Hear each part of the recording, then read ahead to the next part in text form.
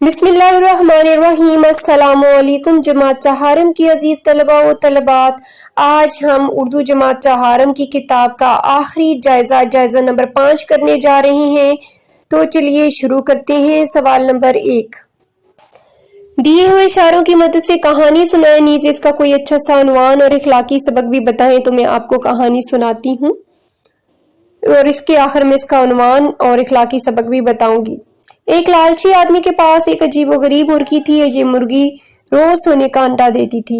ایک دن اس کے لالچی بیوی نے اسے مشورہ دیا کہ کیوں نہ ہم اس مرغی کو ذبح کریں اور سارے انڈے ایک ہی ساتھ پیٹ سے نکال لیں، اس طرح ہم ایک ہی دن میں مالدار بن جائیں گے۔ شوہر بھی لالچی آدمی تھا، اس نے بھی لالچ کیا اور مرغی کو ذبح کر دیا۔ پیٹ چاک کیا تو صرف ایک ہی انڈا نکلا۔ دونوں میاں بیوی بہت پچھتائے۔ وہ روز کے ملنے والے سونے کے انڈے سے بھی ہاتھ دھو بیٹھے۔ جی، اخلاقی سبق کیا ہے؟ لالچ بری بلا ہے اور عنوان اس کا کیا ہوگا؟ لالچی آدمی۔ سوال نمبر 2، دی ہوئی عبارت کو درست لفظ اور معنی سے پڑھیں۔ قدرتی آفات کی مختلف قسمیں ہیں، مثلاً زلزلہ، برفانی طوفان، تیز رفتار آندھی، وبائی بیماری اور قحط وغیرہ۔ جب کہیں کوئی قدرتی آفت آتی ہے تو وہاں کے لوگوں کی مدد کے لیے سب دوڑ پڑتے ہیں۔ حکومت کے سب ادارے لوگوں کی جان و مال بچانے اور مصیبت زدہ لوگوں کو ہر طرح کی مدد پہنچانے میں مصروف ہو جاتی ہیں۔ سماجی تنظیمیں امدادی سامان بھیجتی ہیں، ڈاکٹروں کی ٹیمیں اور مصیبت زدہ لوگوں کی مدد کرنے والے رضاکار بھی میدان میں آ جاتے ہیں۔ مصیبت آ جانے کی صورت میں اللہ پر بھروسہ کر کے ہمیں خود اپنی جان بھی بچانی چاہیے اور دوسروں کی مدد بھی کرنی چاہیے۔ اس لیے ہمیں ابتدائی طبی امداد کے طریقے سیکھنے چاہیے۔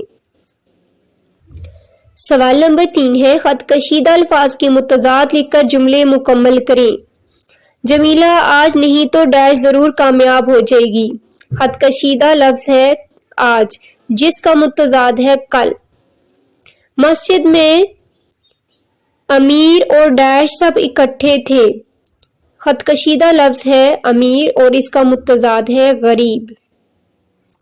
یہ بات ہر خاص و ڈیش نے مان لی۔ خط کشیدہ لفظ ہے خاص، جس کا متضاد ہے عام۔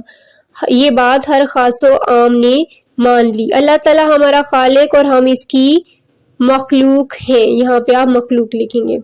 سوال نمبر 4، ان الفاظ کی مترادف لکھیں۔ الفاظ ہیں لطف، جس کا مترادف ہے مزہ، شناخت پہچان، شجر درخت، چرچا شہرت۔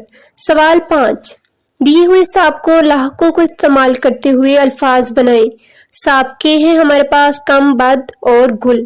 کم سے کمتر، بد سے بدتر، گل سے گلدان۔ لاحقے ہیں ہمارے پاس میز، ترین، گار۔ میز کا دیکھیں بنے گا لفظ آمیز، ترین اہم ترین، گار کا مددگار۔ ہیڈ ماسٹر یا ہیڈ مسٹریس کے نام جرمانے کی معافی کے لیے درخواست لکھیں۔ اس پر میری الگ سے ویڈیو بنی ہوئی ہے، آپ اس کو اردو کلاس 4 کی پلے لسٹ میں جا کے سرچ کریں، نہیں تو مجھے کمنٹ کریں، میں آپ کو ڈائریکٹ یہاں پہ لنک سینڈ کر دوں گی کمنٹ باکس میں۔